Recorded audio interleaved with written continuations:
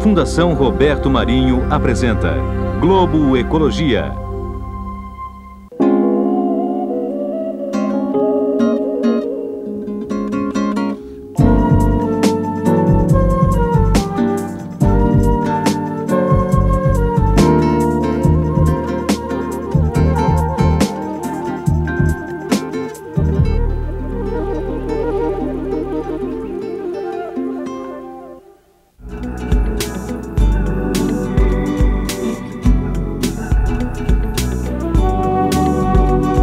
Sem dúvida, o Rio de Janeiro merece o título de cidade maravilhosa. Agora imagine tudo isso sem água para beber, tomar banho, cozinhar. Não seria um caos? A cidade rica em praias é pobre em água doce. E os riachos que cortam o Rio de Janeiro nunca foram suficientes para o abastecimento. Ainda mais agora, com 9 milhões de habitantes na região metropolitana. É por isso que a água que os cariocas bebem vem de muito longe. Mas abastecer cidades é apenas uma das funções de uma bacia hidrográfica. No programa de hoje, nós vamos conhecer a Bacia do Paraíba do Sul.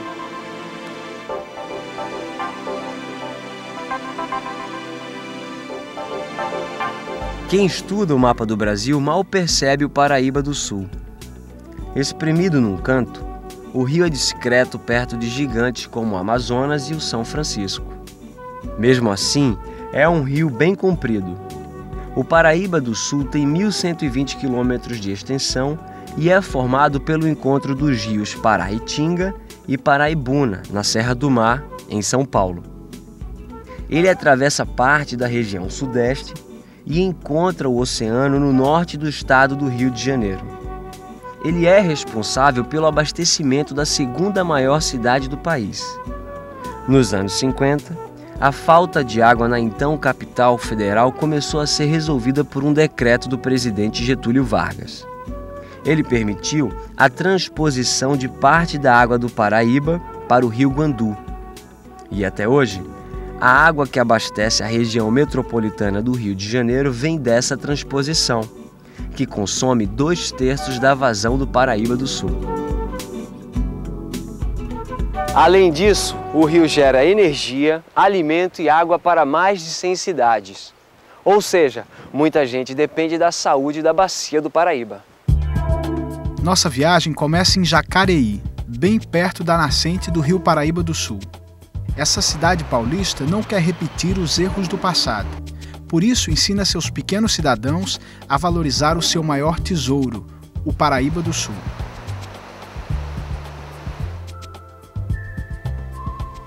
Visitas à estação de tratamento de água são didáticas, mostram às crianças todo o trabalho para levar água às torneiras dos 200 mil habitantes. Investimento hoje, adultos conscientes amanhã. E nossa equipe segue viagem e atravessa a divisa de São Paulo com o Rio de Janeiro. Em Barra Mansa, no Vale do Paraíba Fluminense, a educação também é parte do esforço para revitalizar o rio. Nas aulas, a professora Sheila dá um jeito de falar de ecologia em todas as disciplinas.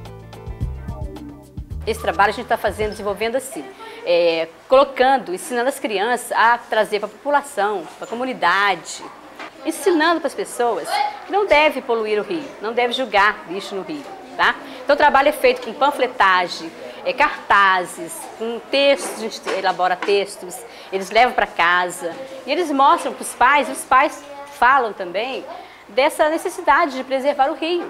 E é este espírito de luta em defesa do Paraíba do Sul que une Jacareí, em São Paulo, a Barra Mansa, no Rio de Janeiro, distantes 250 quilômetros uma da outra. O plano de bacia, e não poderia ser diferente, ele contempla essa preocupação com a educação ambiental. Não é? É necessário haver uma permanente mobilização da sociedade. A sociedade tem que participar ativamente da gestão ambiental e, em particular, dos recursos hídricos. Os usuários de água são atores importantes no processo e eles são chamados a participar e é preciso que eles sejam capacitados também. A Bacia do Paraíba fornece água a cidades de 3 estados brasileiros: São Paulo, Minas Gerais e Rio de Janeiro. Mas, em troca, só tem recebido poluição. Tanto o Paraíba quanto seus afluentes apresentam problemas ambientais sérios. A partir de 1996, essa história começou a mudar. Prefeitos, cidadãos e empresários se uniram para pôr em prática um plano de ação para garantir a saúde das águas. Nascia o Comitê da Bacia do Paraíba do Sul, o primeiro a envolver mais de um estado, um marco na gestão da água no Brasil. Uma experiência bem-sucedida que serviu de base para revitalizar outras bacias brasileiras. Os comitês de bacia, eles cumprem uma função estratégica no processo de gerenciamento dos recursos hídricos. Primeiro, porque eles ajudam na formulação das políticas. Segundo, porque eles ajudam na implementação da política. E terceiro, porque eles ajudam na correção das políticas voltadas para a questão dos recursos hídricos. O Comitê da Bacia do Paraíba do Sul completou 10 anos em 2006. Hoje é ele quem decide como aplicar os recursos da cobrança pelo uso da água. A Bacia do Paraíba também é pioneira nisso. Foi a primeira a implantar o sistema de cobrança no país, em 2003. A função da cobrança não é meramente arrecadatória. E é isso que a gente tem que mostrar. O que a gente precisa é, de fato, mudar cultura, mudar comportamento. O valor cobrado é de apenas 2 centavos por 1.000 litros de água. Parece pouco, mas se você imaginar que uma indústria consome milhões de litros de água todos os dias, vai ver que no final das contas é muito dinheiro. Todo município que capta água no rio também precisa pagar pelo uso. A conta é de responsabilidade da empresa de saneamento da cidade. E o valor arrecadado só pode ser aplicado na revitalização da própria bacia. Nós temos bons motivos para dizer a todos aqueles que estão pagando pelo uso da água que está havendo um retorno, né? Os recursos estão sendo aplicados em projetos que vão gradativamente melhorando a qualidade da água e vão permitindo que haja água para o desenvolvimento regional. Em 3 anos, 20 milhões de reais foram arrecadados. Pouco para revitalizar um rio com mais de 1.000 quilômetros, mas o suficiente para encorajar outros investimentos. Todo o projeto exige que a Prefeitura também invista, fazendo a chamada contrapartida. Toda contrapartida tem que ser no mínimo 20% do valor do investimento que a agência dá. Hoje, quando a gente começa a somar o que a gente tem de investimento de recurso da cobrança e o que tem de contrapartida, a contrapartida já está superior ao valor da cobrança. Então a gente tem criado, essa expectativa está surgindo, os municípios estão investindo mais. E a prioridade na aplicação dos recursos é a implantação de estações de tratamento de esgoto. A de São Silvestre, em Jacareí, foi a primeira a ser construída com recursos da cobrança pelo uso da água no Brasil. E hoje o município já trata 20% do esgoto. Parece pouco, mas já é um grande avanço. Um dos maiores obstáculos para a construção de uma estação de tratamento de esgoto é o espaço. Uma piscina como essas tem o tamanho de um campo de futebol e é suficiente para tratar o esgoto produzido por 4.000 pessoas. Ou seja, para tratar todo o esgoto aqui de Jacareí, uma cidade que tem 200.000 habitantes, seriam necessárias 50 piscinas iguais a essa.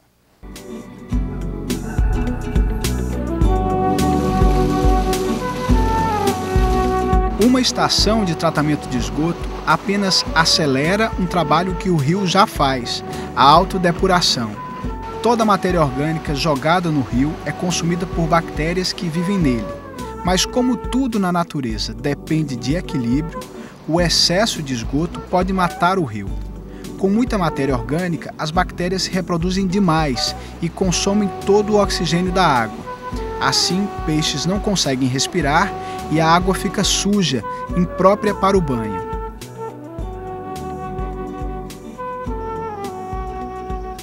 Às margens do Muriaé, um afluente do Paraíba do Sul que nasce em Minas Gerais, uma estação de tratamento contribui com a revitalização. Parte do esgoto de Muriaé é tratado antes de chegar ao rio que dá nome à cidade. O pagamento pela água junto à ANA, esse pagamento vamos dizer, hoje é no entorno de uns 8 a 10 mil reais mensal. Equivale a uns 100 mil reais no fim do ano. Mas o retorno para nós aqui está sendo muito maior. Nós, desde o primeiro dia, começamos a fazer projetos nessa área, apresentar os projetos lá no CEIVAT, no Comitê do Rio Paraíba, e como nós apresentamos com mais antecedência esses projetos, nós também estamos recebendo recursos com mais antecedência. Para revitalizar um rio, não basta tratar o esgoto. A mata que o cerca também é importante. No caso do Paraíba do Sul, esse fator foi esquecido. Primeiro foi o café. Depois, a cana-de-açúcar. Hoje é o asfalto que ocupa o espaço da floresta. Quando nasce na Serra do Mar, o Paraíba segue caudaloso em direção à cidade de São Paulo. Mas no meio do caminho, na altura do município de Guararema, o rio faz uma curva de 180 graus, para a sorte de fluminenses e mineiros, mas para o azar do Paraíba. Poucos quilômetros depois, ele encontra a rodovia Presidente Dutra. Rio e estrada seguem lado a lado por quase 300 quilômetros. Desde que foi criada, a Via Dutra impulsionou o progresso na região. Todas as cidades cresceram, mas nenhuma respeitou o rio. Barra Mansa, no sul do estado do Rio, é um exemplo do que acontece quando a floresta não é protegida. Sem mata nas encostas, a chuva e o vento mudaram a paisagem da cidade, que mais parece a lua, com tantos buracos feitos pela erosão. A terra desses morros foi parar no rio Paraíba do Sul.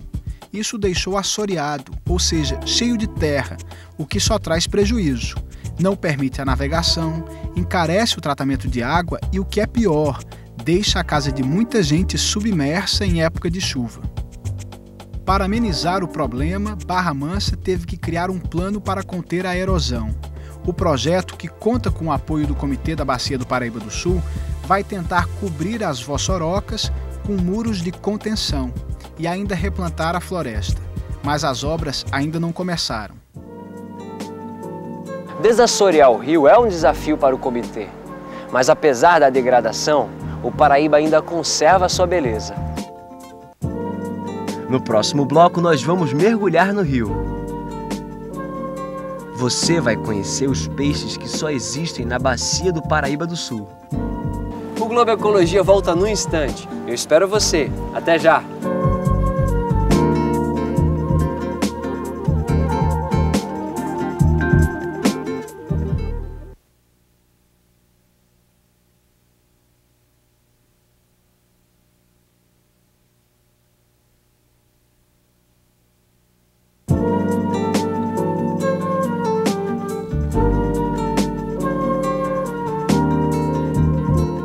O Globo Ecologia está de volta com a série Caminho das Águas. E o assunto de hoje é a Bacia do Rio Paraíba do Sul, na região mais desenvolvida do Brasil.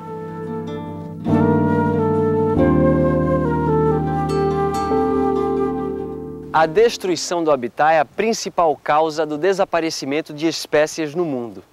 E o sumiço dos peixes serve de alerta. É um sinal de que a degradação na Bacia do Paraíba chegou ao limite.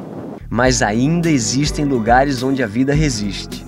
E em Itaucara, no norte do estado do Rio, encontramos uma região que é considerada um paraíso natural na Bacia do Paraíba.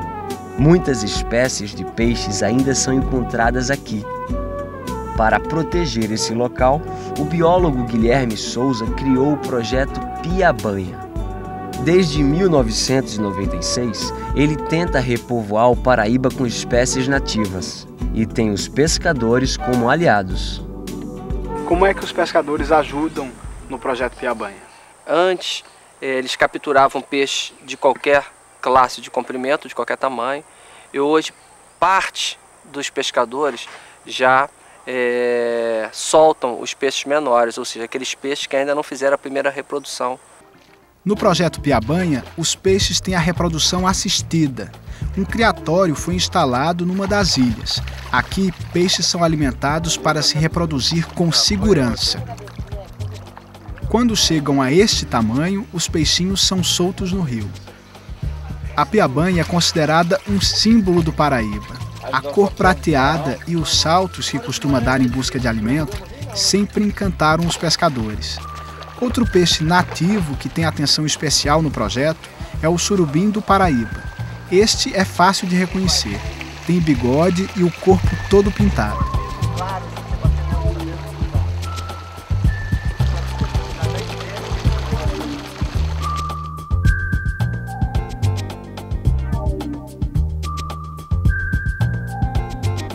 A gente vai acompanhar agora o trabalho desses dois pescadores. Ontem à noite eles deixaram 3 redes aqui no Paraíba do Sul.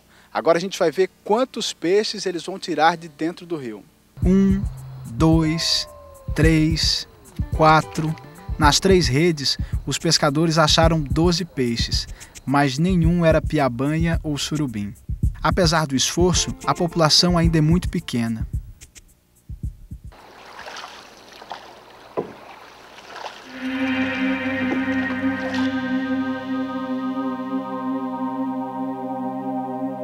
Nem sempre é peixe o que vai parar na rede dos pescadores. Há 2 séculos, uma imagem de barro foi encontrada aqui e transformou o Paraíba num rio de fé.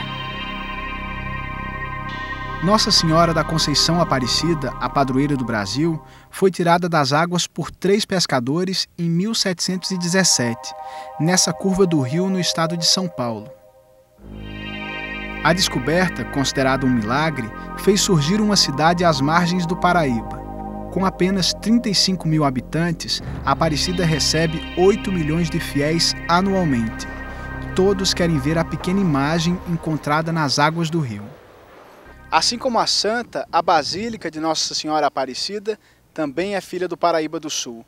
Toneladas de areia e argila foram tiradas do rio para construir essa igreja que é a maior dedicada a Maria no mundo. A construção do templo começou em 1955, mas até hoje ele passa por acabamentos. A professora aposentada Zilda Ribeiro lembra a importância do Paraíba para a padroeira do Brasil. Para Zilda, não foi à toa que a santa foi encontrada no Paraíba. A água sempre teve um significado dentro da liturgia, o significado de salvação. A água é que redime, a água é que salva. Então, veja bem o significado, ela é encontrada no rio com uma mensagem de salvação para um povo sofrido. O grande movimento de romeiros que visitam a Aparecida causa um problema: o esgoto que é lançado no rio sem tratamento. O comitê, a igreja e a prefeitura ainda estão estudando uma forma de solucionar a questão. Uma entre os muitos desafios da Bacia do Paraíba do Sul.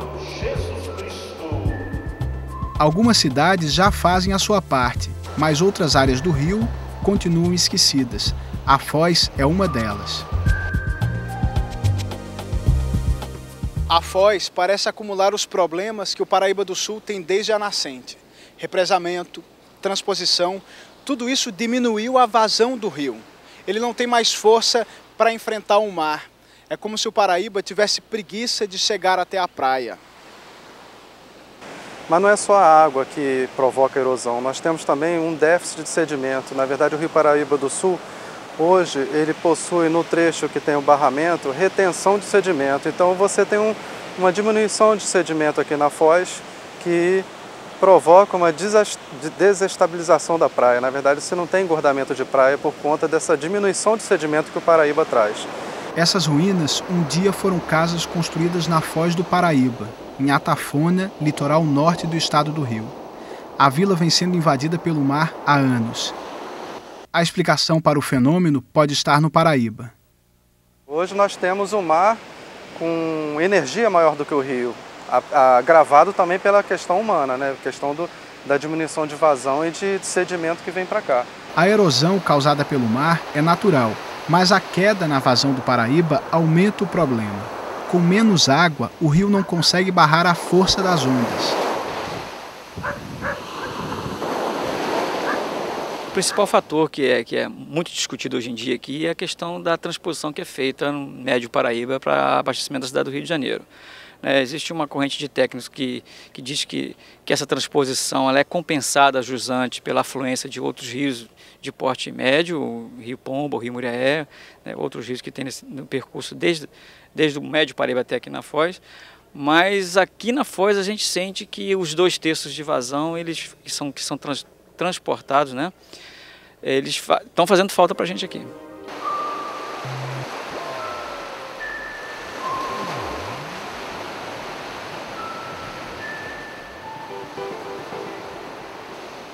Poluído por esgotos, assoreado, com poucas espécies de peixes vivendo em suas águas.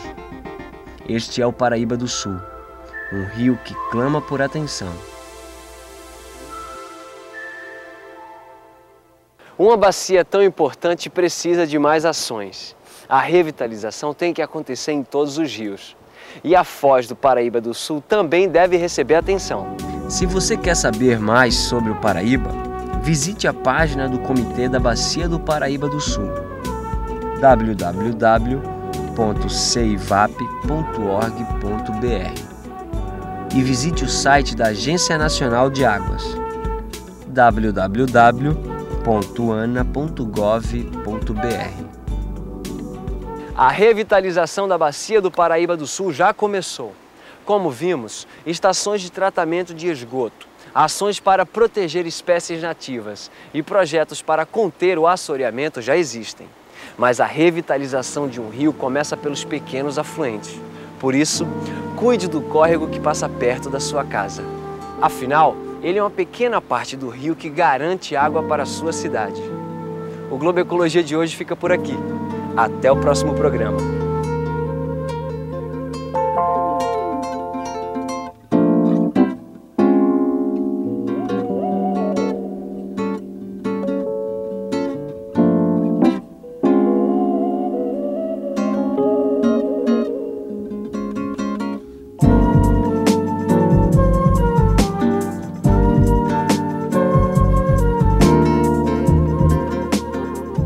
Esse programa foi produzido em parceria com a Agência Nacional de Águas.